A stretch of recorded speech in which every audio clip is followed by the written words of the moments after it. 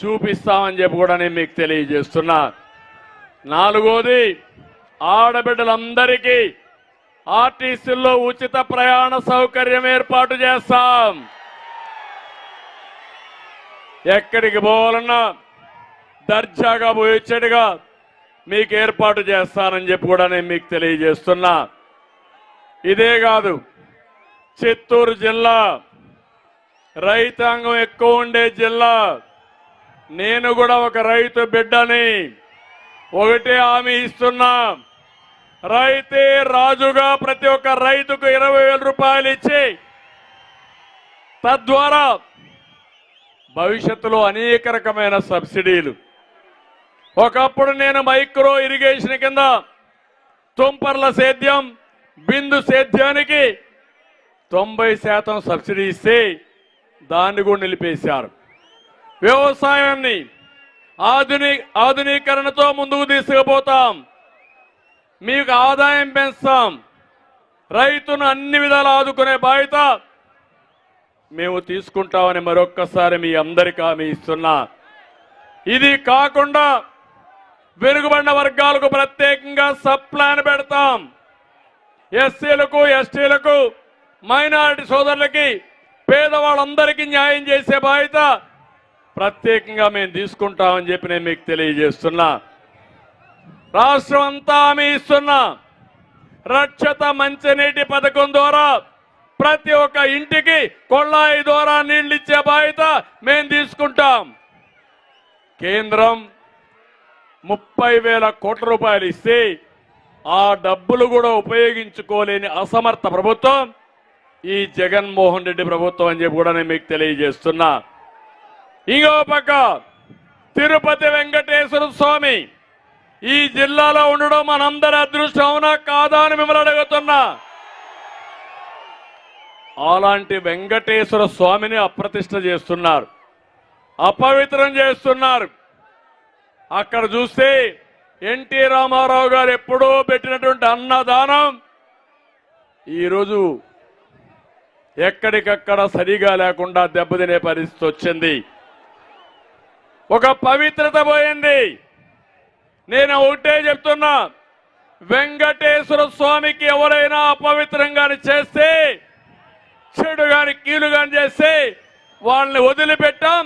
అలాంటి వాళ్ళని తప్పకుండా శిక్షించే బాధ్యత కూడా తీసుకుంటామని హెచ్చరిస్తున్నా. వెంకటేశ్వర స్వామిని రాజకీయాలకు ఆడుకుంటున్నారు, పైరవులకు ఆడుకుంటున్నారు.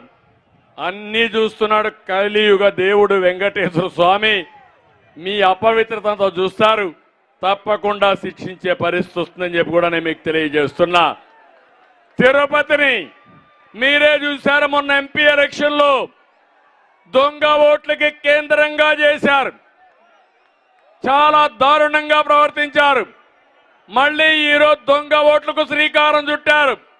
ఇక్కడుండే మిమ్మల్ని అందరినీ కోరుతున్నా, ఎప్పటికప్పుడు మీ ఓటు ఒకసారి చూసుకోండి. ఓట్ల దొంగలు పడ్డారు, మనం జాగ్రత్తగా ఉండాలి.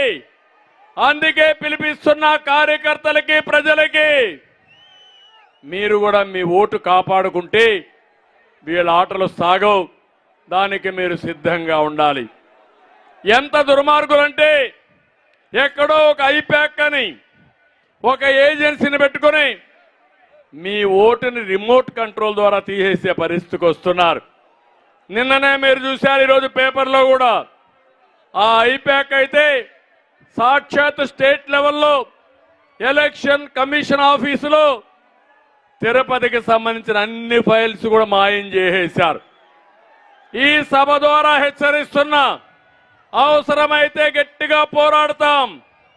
ఎవరైతే ఆ ఫైల్స్ దొంగిలించారో వాళ్ళని సిబిఐ ఎంక్వైరీ చేయాలి, దోషుల్ని కఠినంగా శిక్షించాలి.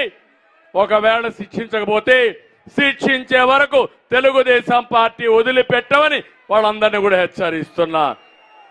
ఇలాంటి దుర్మార్గమైన కార్యక్రమాలు చేసే పరిస్థితికి వచ్చారు. ఇక్కడే మీరు చూస్తున్నారు, ఈరోజు ఎర్ర చందనం, ఇక్కడే ఒక పెద్ద ఎర్ర చందనం వ్యాపారం చేసే వ్యక్తి స్మగ్లర్ ఏం చేశారు తమ్ముళ్ళు? ఆ స్మగ్లర్కి ఎక్కడ సీట్ ఇచ్చారు?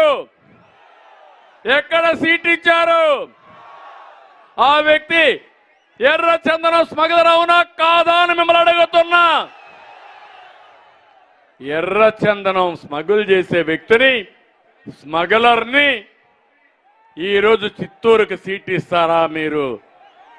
మీరు చిత్తూరుకు సీట్ ఇస్తే ఈరోజు కేవీపల్లి పీలేరు దగ్గర నడి రోడ్లో ఒక పోలీస్ కానిస్టేబుల్ ని, గణేష్ అనే వ్యక్తిని కారుతో ఢీకొట్టి ఆయన చంపేసే పరిస్థితికి వచ్చారు. నేను అడుగుతున్నా మా పోలీసులకి, అయ్యా మీకేమైనా రక్షణ ఉందా అని మిమ్మల్ని అడుగుతున్నా. స్మగ్లర్లే రాజులైన తర్వాత ఇంకా పోలీసులు ఎందుకు తమ్ముళ్ళు అని మిమ్మల్ని అడుగుతున్నా. అదే తెలుగుదేశం పార్టీ హయాంలో ఎవరైనా సరే ధైర్యంగా రోడ్డు మీదకి వచ్చారా అని నేను అడుగుతున్నా మిమ్మల్ని. మనకు రోషం లేదా? ఎన్నో సంవత్సరాలుగా ఏదైతే నల్లమలై ఫారెస్ట్ లో వెంకటేశ్వర స్వామి సన్నిధిలో మనకు రెడ్ శాండ్లు ఏర్పాటైంది. ఇక్కడ ప్రత్యేకమైన వాతావరణం ఉంది. అదే మరిగా ఆ వాతావరణంలో రెడ్ శాండ్లు బాగా వస్తుంది. నేను దాన్ని పెంచడానికి ప్రయత్నం చేశా. మీకు అందరూ ఒకసారి గుర్తుపెట్టుకోండి, తమిళనాడు నుంచి స్మగ్లర్స్ వస్తే నేను ఆ రోజు స్పెషల్ టాస్క్ ఫోర్స్ పెడితే అడ్డం వస్తే చాలా స్పష్టంగా ఆ రోజు దాడి చేశారు. కొంతమంది చనిపోయారు. తెలుగుదేశం 5 ఏళ్లు ఒక్క తుంగ కూడా రెడ్ శాండిల్ స్మగుల్ జరగకుండా కాపాడిన పార్టీ తెలుగుదేశం పార్టీ. మళ్ళీ దొంగలు పడ్డారు, స్మగ్లర్స్ వచ్చారు, పోలీసులు చంపేస్తున్నారు. మొన్నే మీరు చూశారు, ఇక్కడనే ఒక చిత్తూరు దగ్గరనే తమిళనాడు నుంచి ఒక 50 కోట్ల రూపాయలు డబ్బులు తెస్తా ఉంటే దొంగలు పడి ఆ డబ్బులు దోచుకు